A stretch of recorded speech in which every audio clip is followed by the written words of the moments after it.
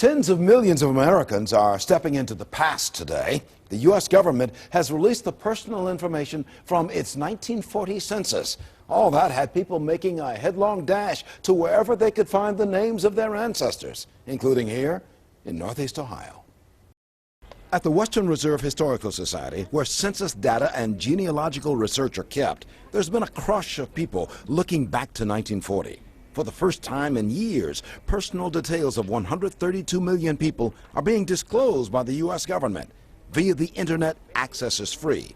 There's been a huge interest at the Western Reserve Historical Society in Cleveland about what census takers of 1940 found as they walked up and down the street and knocked on doors and asked people to provide information about families. It's quite compelling. And you see age at that time, how many times married, the types of occupations that our ancestors had. Cleveland newspapers give us an idea of the way we were. 72 years ago, these pages were not history. These pages and photographs showed life as it was that day.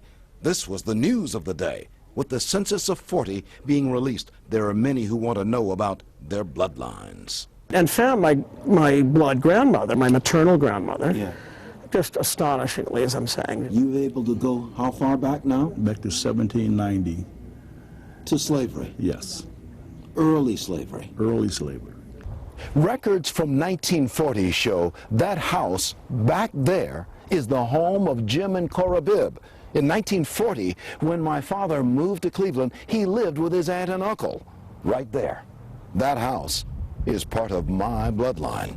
So most of us today can either find ourselves or perhaps our parents or grandparents.